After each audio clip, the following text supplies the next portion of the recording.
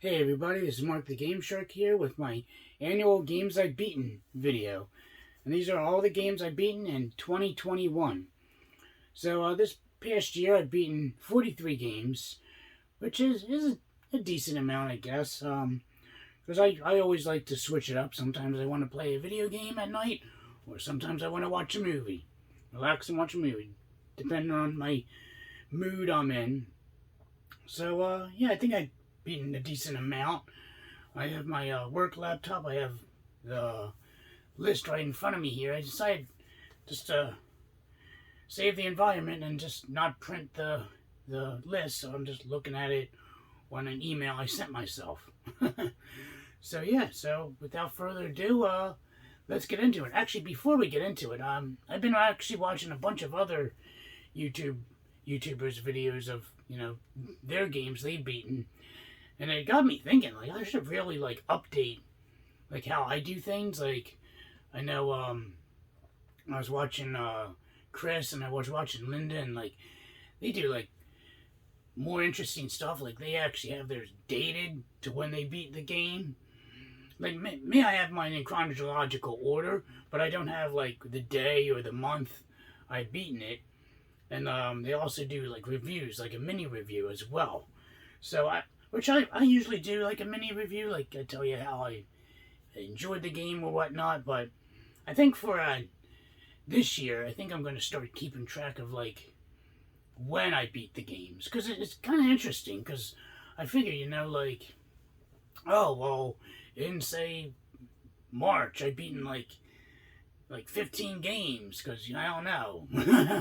And then I don't know, February, or I don't know, I beat 4 games because I was busy with family stuff. I don't know. I think it would be pretty neat to trend it that way. To be like, okay, well, I beat this game's on this month and this game's on that month, and so on and so forth. And be like, oh well, I was in the more of a mood this month to watch movies, so I beat one game. Stuff like that I find rather interesting. So I think for I'm going to upgrade this for next year's. I'm going to date everything. Even though when I make my list, I do it in chronological order with games I've beaten, and I just add on to it like that. So I think I'm just going to make it more detailed. So yeah, without further ado, let's get started. I don't know if I'm going to have any video or playback of any of these games. We'll see how it pans out. So, first game I beaten was on the Game Gear. It's a Magical Terudo Kun. I don't know. It's actually it's a cute 'em up shooter. It's pretty good. I enjoyed it. It was like a breeze, and then the last level, they're like, "Oh, you thought this was easy?" Like, the last level was kind of way more challenging than the entire game that I was playing. It was like a walk in the park. And then it's like, oh yeah, let's add some challenge for the last level. Like, what the hell? I was like, what the heck? I kept dying. I was like, what the fuck? Am I playing the same game? Like, I was breezing right through this game, and then the last level was like, oh yeah, you thought you were that good. So it was a fun game. I highly recommend it. It was really short too, and definitely enjoyable to play. And so you have to import it though. It's not didn't come out here in the States. The second game I beat was with my daughter. We beat Sackboy: A Big Adventure on the PS4, and this game was really fun. We're actually still playing it from time to time because we didn't unlock everything. Like, we beat the game, and then we stopped playing. And I think back in August, she wanted to pick it up again, so we started playing again.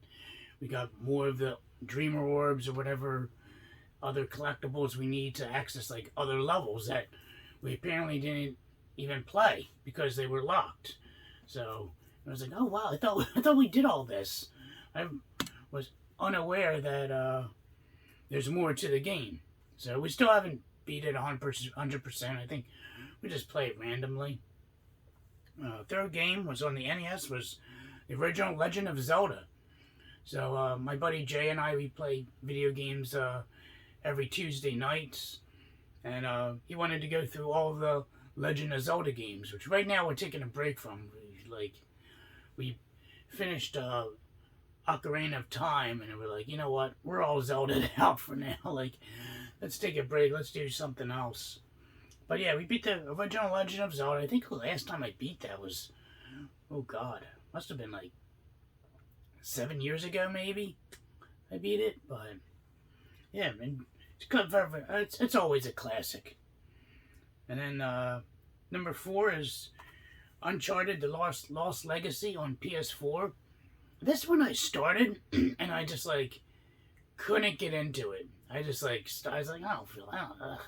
I just wasn't feeling the game, and I stopped playing it. It was so bad. I think I was like falling asleep. I mean, I don't know if it was because I was tired, like after work, trying to play it, but I was just like falling asleep while playing it. And then like one day, I was like, you know what? I think it was like must have been like 4 months later. I was like, let me pick this up again. And then I enjoyed it and blasted right through the game.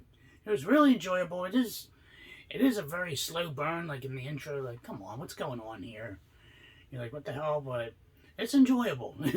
Just give it like to like at least like a quarter of the way into the game, and then I'll start to pick up. But it was enjoyable. I liked it. Number 5 is for the NES. We got Zelda 2, The Adventure of Link, and oh my God, this game is super difficult.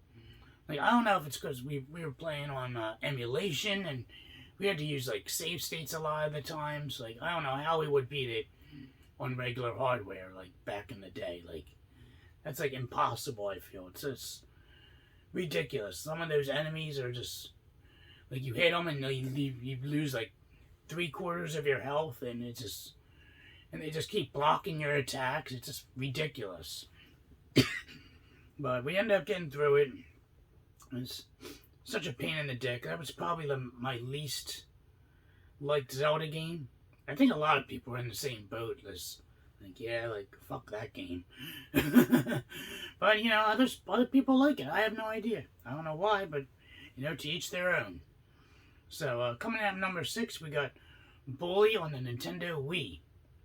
This was one of the Game of the Month games, and I really enjoyed this game. I wasn't sure if I was going to like it or not. Like, I didn't even know what I was getting myself into, but it was actually a really enjoyable game. I liked it. It was like, I think even the length of the game was like just right. Like, right towards the end, I was like, okay, let's wrap this up now, and that's when they wrapped it up. So I highly recommend playing Bully. I would recommend the Wii version, or because I think it has like, it's like the definitive version of the game. I can't remember why. I don't know if it's because of like the missions or graphics. I have no idea. I forget the reasoning behind it. But yeah, Bully on the Wii. Then number 7, we got Zelda: A Link to the Past on the SNES. This game is a classic. This is the first time I've beaten that game, and here's definitely an enjoyable one. And I really like that one. So yeah, I mean, what more can you say? It's a Zelda game. It's actually a good one. It's not Zelda 2. So, coming at number 8, we got Saints Row the Third on the Xbox 360. Oh my God. It took me, I don't know why it took me so long to play this game. Like, I had it, and I was like, I need to play, because the first one was great. The second one was even better than the first one, in my opinion. And I heard nothing but good things about the third game. Finally played it, and oh my God, this game, it doesn't take itself seriously at all. It's just like way over the top. It's crazy. Like, you're like, wow, this is really happening? Like, I was like, what is going on in this game? But it's a blast. Oh my God. I think that's the main reason I love the series so much. It doesn't take itself seriously. It's just like very goofy. So I would highly recommend Saints Row the Third. Number 9 is The Amazing Spider-Man Web of Fire on the Sega 32X. So like you guys know, I got this past year I got a full 32X collection, being that pain in the ass game I was missing, and I just had to beat it. I didn't beat it like I ended up using cheats because the hit detection in the game is ass, and I got to like, I think I was able to get to like the 3rd level, but yeah, the hit detection just sucks. Like, it's just like you get hit in like at certain areas and you're just stuck. You can't do anything. You're like, well, what the fuck? And then you just die, and then you have to start the level all over again. Just so frustrating and annoying. So I was like, you know what? I want to beat it to make sure the game works. And I ended up just using like cheat codes, and I think I used like invisible health or something. I don't know, some bullshit. But I beat the game just to make sure like I could see the ending. I was able to finish it. Next up, we got Kha'zix Spacehead on the Sega Game Gear. This game is pretty unique. It's also on the Genesis, but I have the Game Gear since I'm going for a complete Game Gear set. And this one's a pretty pricey one for it.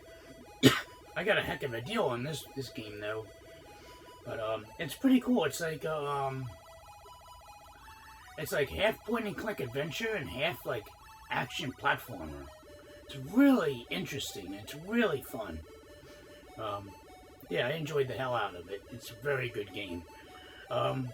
If you play it, I would recommend the Genesis version because the Game Gear is like a zoomed in screen. So there were times where I would play like the platformer levels, and you can't see the enemies in front of you, like because of how zoomed in you are.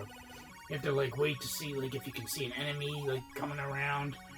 Otherwise, you'll just jump and like hit an enemy, not even knowing he's there. So that's my only gripe about the game. But if you're patient and you like can see the enemy, then it's fine. But yeah, I would highly recommend it. It's definitely unique and interesting. Coming in at number 11 is Phalanx on the SNES, a highly underrated shooter, by the way. I mean, everyone knows about this game, about the infamous cover with the guy in the banjo, and you see the spaceship in the background. That indicates it's a shooter, right? So this game's very interesting. Like I said, it's a shooter. It's nothing to write home about, but I enjoyed it. I thought it was a good game. Next up, we got Killer Instinct Gold. Coming out at number 12 is Killer Instinct Gold on the N64. I've been wanting this game forever, and I finally got it. And oh my god, this game is awesome. I loved it. And now, which I never did, but I was supposed to go back and play the SNES version. I have the SNES version of Killer Instinct. I've never beaten that game. I was like, oh, well, since I beat the N64 version, I should go back and play, which I never did. So maybe I'll do it this year. Who knows? But, yeah, it's such a great game. Next up on number 13, we got Legend of Zelda Link's Awakening on the Game Boy. And, oh boy, I fucked up, because I should have chosen at least the DX version. Or maybe I should have held off and bought the Switch version. But I just played the old school Game Boy version, which I've already beaten like a while ago. This is why it's on this list. Because I didn't, going through this game, I didn't remember anything. I was like, oh, it was like all new to me. I was like, oh, what happened? Oh yeah, I don't remember this. But, I mean, what can you say about this game? It's one of the greatest Legend of Zelda, like, I guess, off-beaten path type games. And I enjoyed it. It's really good. And I just like how they have the cameos of the Mario, like Mario games. So I think that's always fun. And then I ended up visiting my buddy Jimbo at his arcade, and we beat a couple arcade games. We beat, coming at number 14 was Ninja Commando for the arcade MVS. That game was super fun.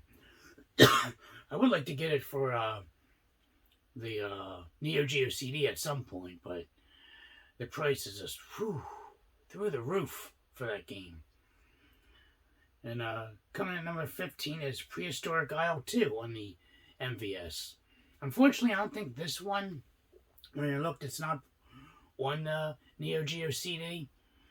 So the only way to play it is on an MVS. It might be AES as well. I'm not entirely sure on that. But yeah, that was a fun game.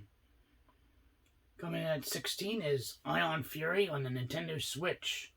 This game is very, very fun. It's very difficult. Holy shit. I end up, like, sort of rage quitting, like, halfway through the game. Because I was playing on normal and I just couldn't get past it. I was at the one boss and I just kept dying and dying. I was like, you know what?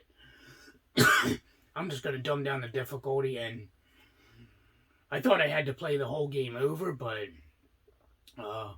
fortunately I was able to basically play the next episode after that. Somehow, like, the game, like, it's supposed to allow you access to the previous episode once you clear an episode, but for whatever reason, after I beat, like, the second episode, it ended up giving me, like, 2 episodes ahead. So once I got to, like, that one boss, I ended up just starting the next episode on easy. I was like, you know what, fuck this. I'm just going to start literally the next level on easy. And I just beat the game that way. Like, and even playing through the rest of it, I was like, yeah, this is ridiculous. Even that was ridiculous on easy mode. So if you're playing this game, I would just say, you know what? Don't even stress it, just play on easy. Or if you want to play on normal, I would probably recommend using cheat codes or something. So what else we got? Number 17 is Clay Fighter on the SNES. I saw my buddy Austin do a Let's Play of this, and I was like, this game looks pretty good. I have it on the Genesis, but I could never beat it, and little did I realize he mentioned that the Genesis is, like, basically impossible because all the AI does is block and you can't do anything. It's just like, okay, well, it doesn't allow for chip damage, where chip damage is if you, like, hit a guy and he blocks, you take, like, a little chip of his health away. And you can just keep hitting him as he's blocking you, still chip away damage. That's why it's called chip damage. But the Super Nintendo version has chip damage, so it makes, even though the AI still blocks, you can still attack them and you still do damage regardless. So I was able to beat it. Such a good game. I didn't realize all 3 games, well, the 3 initial games are on the Super Nintendo. Like, I think it was, you're missing, I think only Clay Fighter was released on the Genesis. Like, I think C2 Judgment Clay and the other one was released on Super. So I don't know why they did that. Why they didn't put them to both. Who knows? So yeah, Clay Fighter. Number 18 was Shaq Fu, A Legend Reborn on the Nintendo Switch. This game was fun. Definitely not. It's basically just like a whole redo of the original Shaq Fu, because the original Shaq Fu was basically just like a fighting game, but this one was basically more like a beat 'em up, and it was good. I enjoyed it. There's some annoying parts in the game, but I was able to get through it, and yeah, it wasn't that bad. Coming at 19 was Super Seducer on the PC. I bought this goofy game because it was on sale, and I was intrigued about it. It looked really silly. It's basically like a dating sim type game. And yeah, I enjoyed it. It was pretty fun. I do have the second one, which I never went and played. I was like, I'll probably play it this year, though. But yeah, I enjoyed it. And then number 20 is Doom 64 on the Nintendo Switch. Yeah, that game is tough. Oh my gosh, the final boss. Well, the game is has very tricky level design, and thankfully, like, the Nintendo Switch, like, allows you can save, like, wherever you want, which is nice. And that's basically how... I wasn't using a whole lot of save states, but yeah, you're trying to learn the lay of the land with all the levels. And that final boss, oh my god. Final boss was ridiculous. Like, holy shit.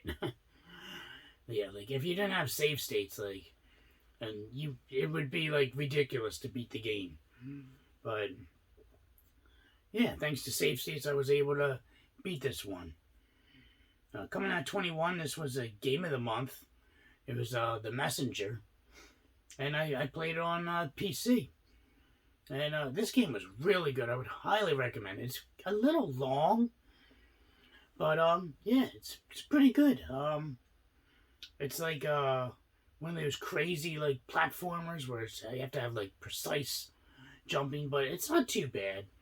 Some parts are a little frustrating. But, like, once you get the hang of it, and you have unlimited lives, like, and it's like, okay, now I know how to do it. But, yeah, it's a fun game. It has very silly humor in it as well. And, yeah, I really enjoyed this one. Definitely check it out. Number 22 is Jurassic Park on the Sega Game Gear. Now, I was like, oh, you know what? I haven't played a Jurassic Park game in a while. And I remember, like, I was going through my Game Gear collection. I was like, I remember beating the hell out of Jurassic Park. That game was like, I always beat that game. Must have beat that game like 1,000,000 times. I was like, I haven't played this game in ages. So I just popped it in and I was just messing around. I didn't think I was going to beat it. And here I was. Before I know it, was at T-Rex and I was able to beat it. So definitely a fun game. Highly enjoyable and very short too, which is nice. Coming at number 23 is A Plague Tale Innocence for the PS4. This game I beat on live stream. So you can, if you want, you can check that out. I'll probably put a link in the description if you want to check it out. So yeah, it was a fun game. The final boss took a while to get used to try and figure out his patterns, because of course I got to him when I was gonna call it a night. I was like, I'm gonna go to bed, and then here I'm at like the final boss. I'm like, yeah, I'll beat it. Why not? And I was just like out of it. Like I was making, like you can see the live stream. I was making stupid, fucking mistakes. I was like, God damn. I should have just called it a night, but what can you do? I plowed through it and I finally beat it. Now I'm waiting for the sequel to come out, whenever that is. Coming at number 24, we got Alien vs. Predator on the Atari Jaguar. I beat it with the Alien. And I got like halfway through the game and like it just was like super frustrating because like the hit detection is trash. And yeah, like the enemy placement is like it's super random. And I was like, you know what? I just gave myself unlimited health. I was like, alright, fuck this. So I just like blasted through the game that way. It was still enjoyable. I enjoyed it, like going through the predator ship and rescuing the queen, which is the objective of the game. I don't know, I think I might go back and play it, maybe play as the Marine. That one I would definitely put, like, I don't know, that would probably be the scariest out of the three, because, yeah, that game is, is pretty creepy. Like, you'll be, like, thinking, like, you're in an empty safe spot, and next thing you know, you hear, like, the screech of an alien behind you. It's like, whoa, what the fuck? Where'd that fucking alien come from? Yeah, so it's pretty creepy, but with the alien, it wasn't too bad. The only thing that is creepy, you hear, like, the sound of the predator. They're like, the noises he makes, you're like, oh, God, because he's invisible. You're like, where the fuck is he? It kind of keeps you on edge. But, yeah, definitely highly recommend it if you can play it. Number 25 is Haunted House on the Wii. Now, I didn't even know this game even existed. So this game is basically from the original Atari Haunted House. It's like a remaster of sorts, and this game was pretty good. There's some frustrating parts, like when you get further into the game, there's like color keys, and you have to have like a certain like flame to open specific to like unlock certain keys, which I didn't even know about, and like you have like limited resources to use them, and it's like it's kind of annoying that way, and then like you have to figure out like what one you use and what one you shouldn't use, and otherwise you run out of resources, and like the door you need to unlock you can't unlock because the fucking resource is gone. You used it already, so you have to redo the level.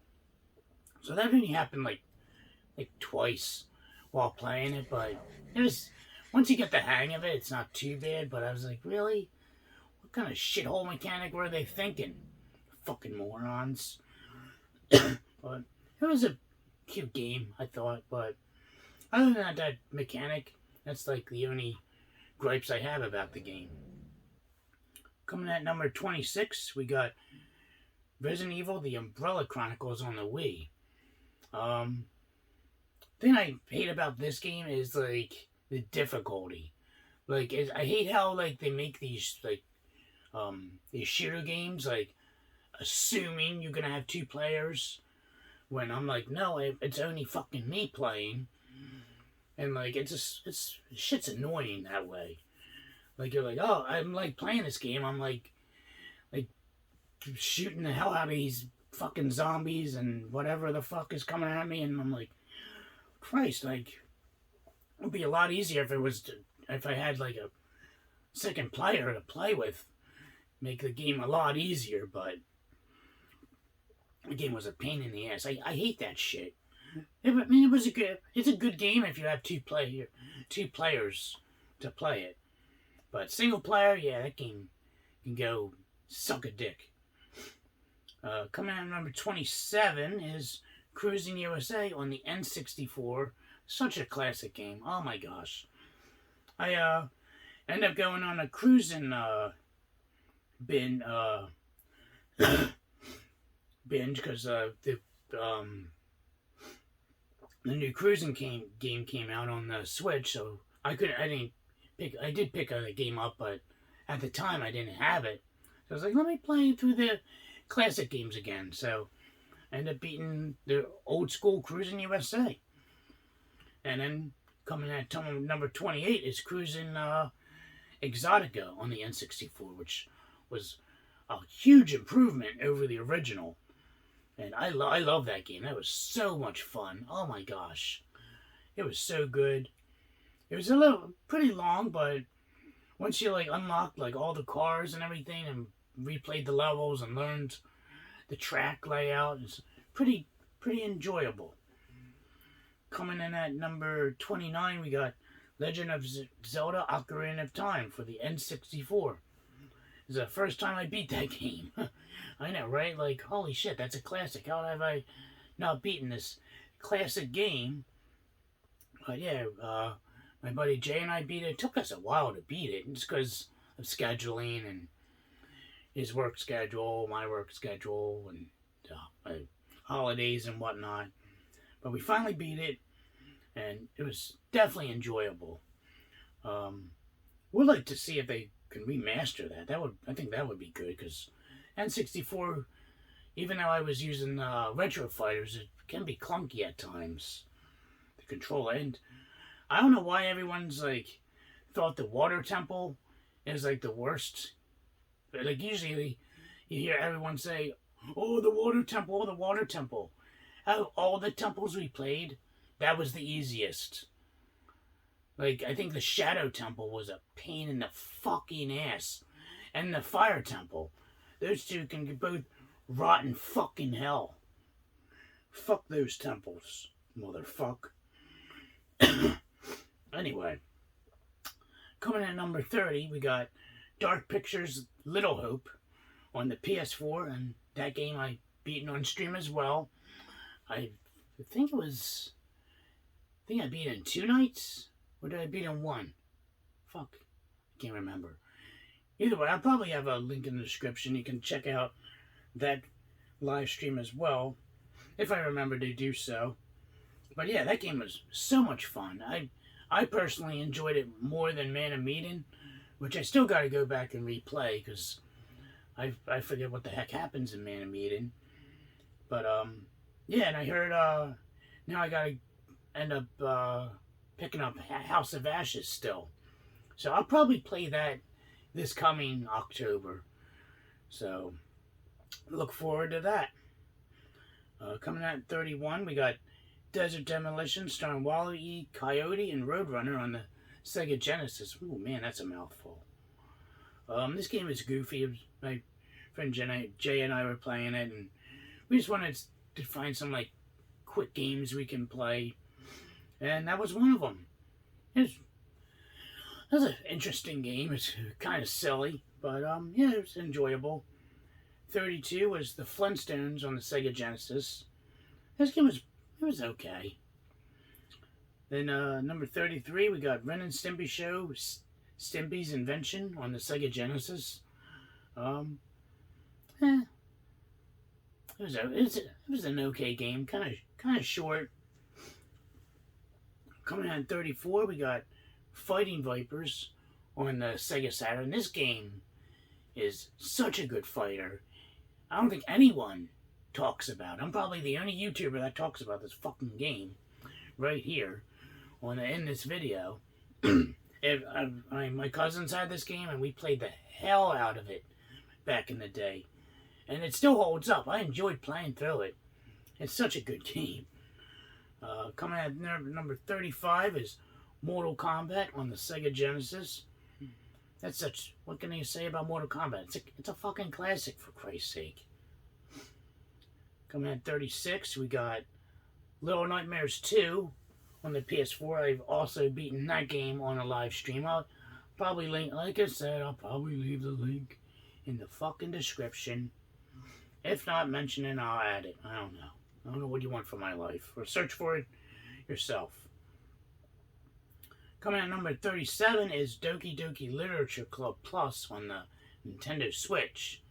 Now, this game, it was one of the Game of the Month games, and I didn't know what the hell I was getting myself into. It wasn't scary at all. It was not. It was okay.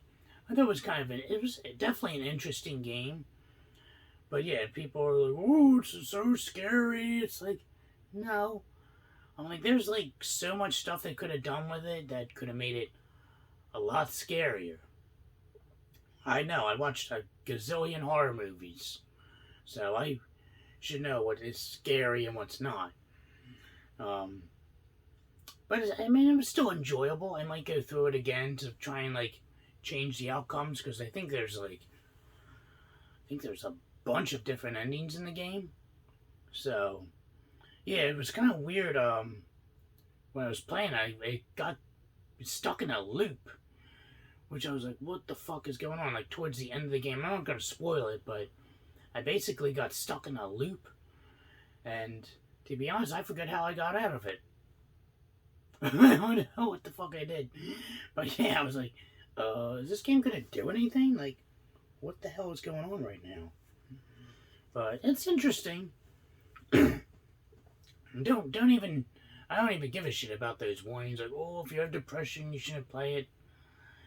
Who the fuck are you to tell me what game I can and cannot play? What are you, my fucking mother? Go fucking eat a dick. But yeah, Doki Literature Club. Check it out at your own risk, I guess. I don't fucking know.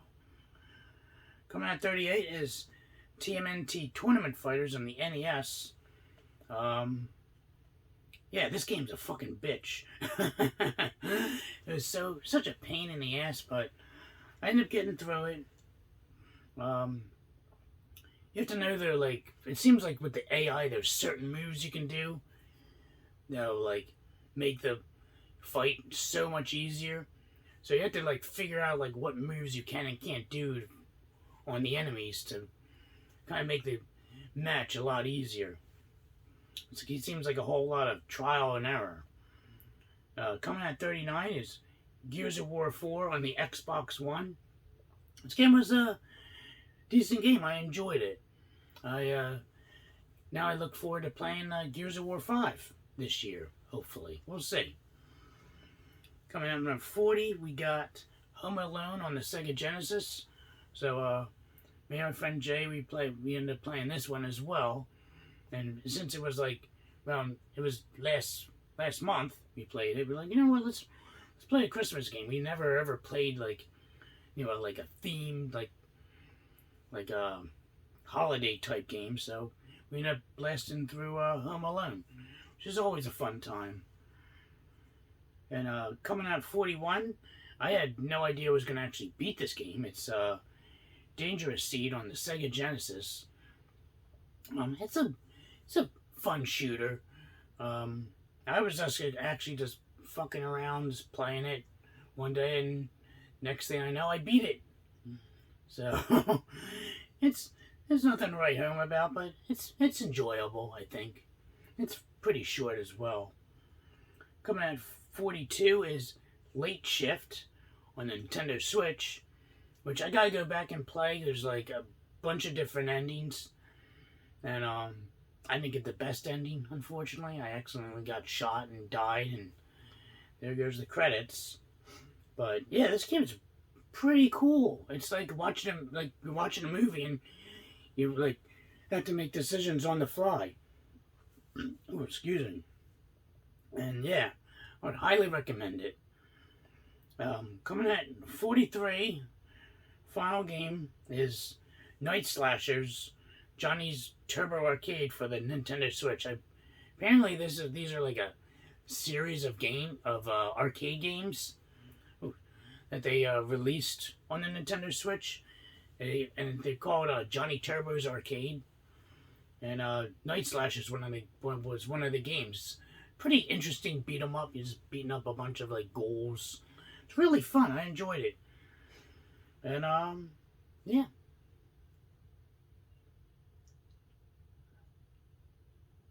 That was weird.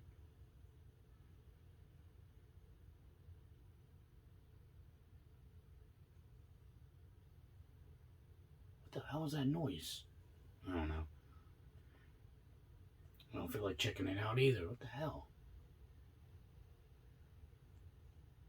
Ah, shit. Hold on.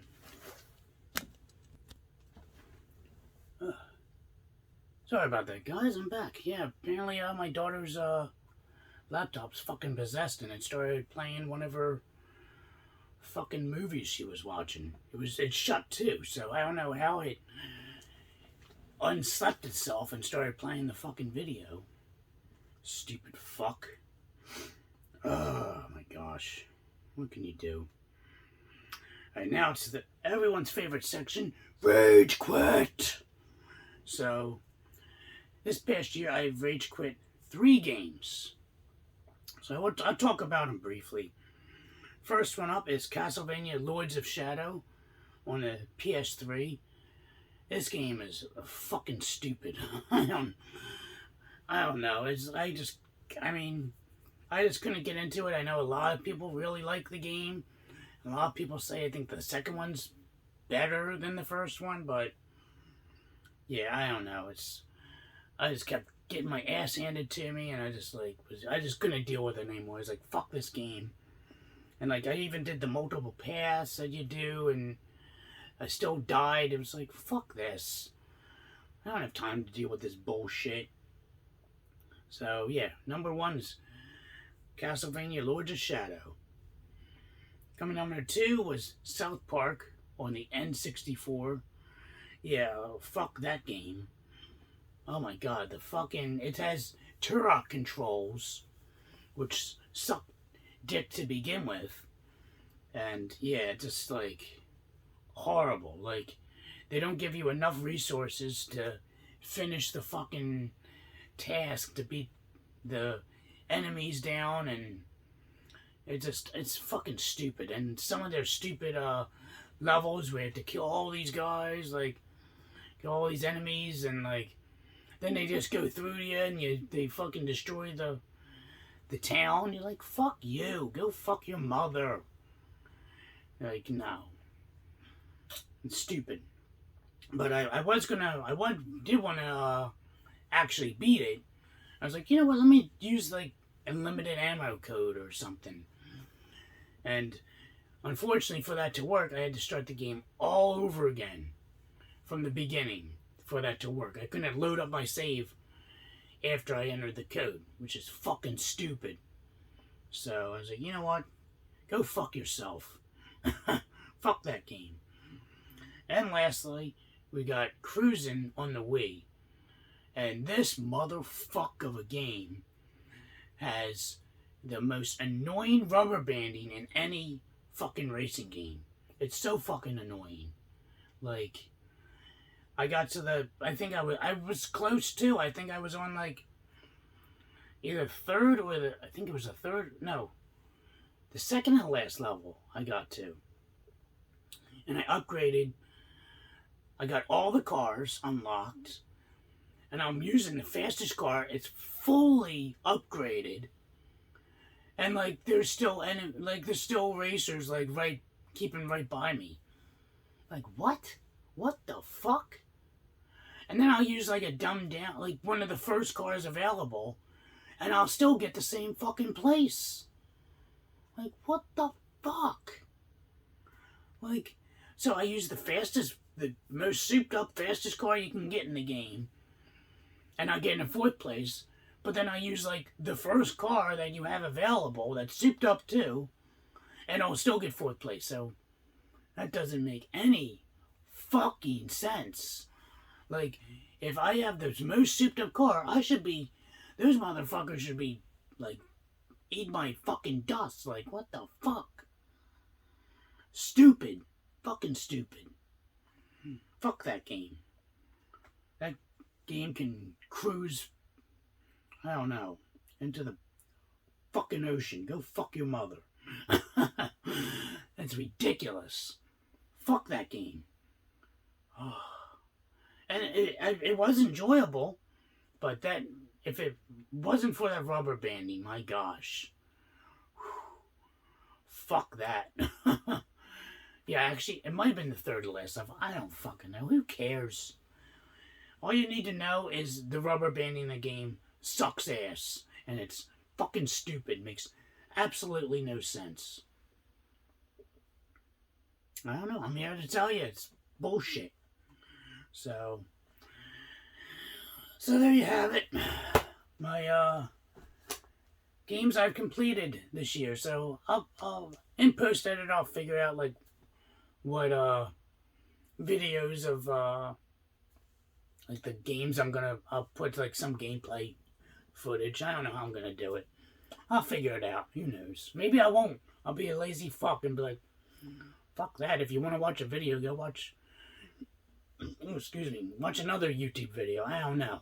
But no, usually I put like usually I do like the most interesting games I've beaten. Usually I'd pick like 5 or 4, whatever, or 3. Who knows? Maybe 1. I don't know. Anyway, guys, I'm rambling. Hope you guys enjoyed this video. Let me know what games you've beaten this past year, and if you plan to do a video that I haven't seen, please leave a link below in the description, in the comment section, and I'll leave a link to Chris's and Linda's video in the description, so definitely check them out as well. Hope you guys enjoyed this video. Till next time, this is Mark the Game Shark signing out. Have a good night.